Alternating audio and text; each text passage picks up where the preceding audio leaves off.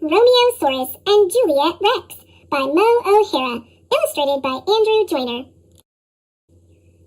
Near a tale made a child laugh more than Juliet Rex and her Romeosaur. Once upon a time, 150 million years ago, two families, both alike in lizardness, lived in the swampland of Verona. Romeosaurus's family were herbivores. Yay! Ferns for dinner! Yay! Juliet Rex's family were carnivores. Yay! Herbivores for dinner! Yay! You can see why the families didn't really get along. One day, Juliet Rex was stomping through the swampland on her way to the dinosaur ball. Do my arms look small in this? She asked her nanny, Nursedactyl. Of course, dear, Nursedactyl answered. Meanwhile, Romeosaurus was clomping along with his friend Mercutiotops on his way to crash the ball. Now, usually, when a Stegosaurus and a Triceratops crash a ball, you would know it. But this time, they went in disguise, because it was a masked ball for carnivores only. The carnivores really knew how to throw a party, and Juliet Rex was waving her tiny arms in the air like she just didn't care when she spotted a dinosaur who she had never seen before. He swished his tail at her to say hello. She thumped her tail back to say, I might be casually waving hi, or I might just be swatting a prehistoric bug. Your call. Romeosaurus went over, and the two dinos danced. They giggled, they talked, they played, and they started to become friends. Do you want to get something to eat? Juliet Rex asked, as she led Romeosaurus over to the buffet. Auntie Gladys! Romeosaurus gulped. Romeosaurus rushed to help Auntie Gladys off the buffet table and take the apple out of her mouth. Wait, you're a herbivore? Juliet Rex asked, taking off Romeosaurus's mask. And you're a carnivore. Just then, a fight broke out at the dinosaur ball.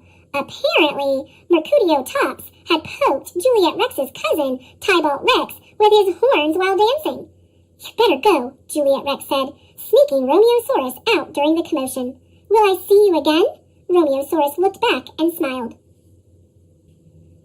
That night, Juliet Rex looked out from her cliff-top balcony. Romeosaurus, Romeosaurus, wherefore art thou, Romeosaurus? Psst, down here, Romeosaurus answered.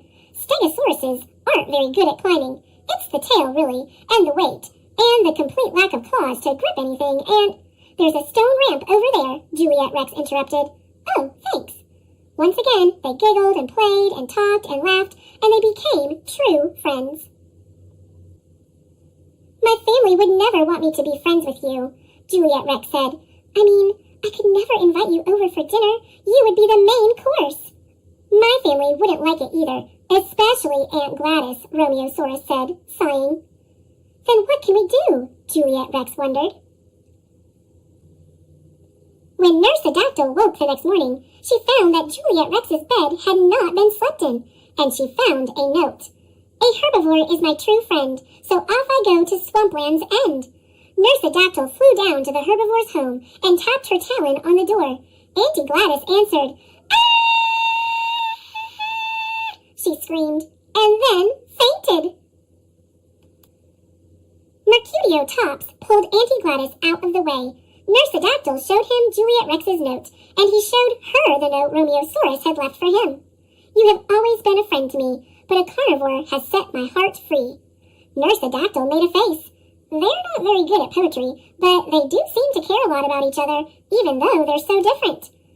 They have bad poetry in common, I guess, Mercutiotops added. We need to find them. They're headed for the tar pits, and that's dangerous for any dinosaur, herbivore or carnivore. Nursedactyl flapped her wings and carried Mercutiotops above the swampland until they reached the tar pits. They could see some things floating on the tar. It was Romeosaurus's feathered hat and Juliet Rex's backpack. We're too late! Shrieked Nursedactyl. We should have let them be friends, Mercutiotops cried.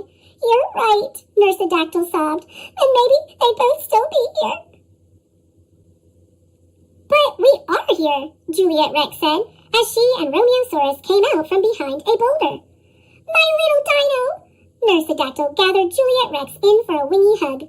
Mercutiotops spluttered, "But your hat, the backpack." "We were just looking for a big stick to fish them out with when you both showed up," Romeosaurus said. "So, can we be friends?" Juliet asked. "And just to be clear, carnivore friends don't eat other friends, right?" Romeosaurus added. "I could never eat a true friend of my darling Juliet Rex," Nursedactyl said. Then she whispered to Romeosaurus, "But if you break her heart, you're in a sandwich by lunchtime, you got it?"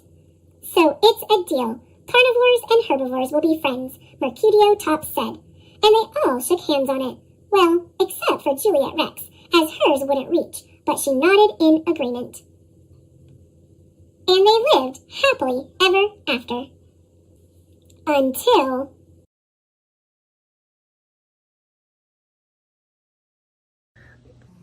Thanks for watching! Click subscribe!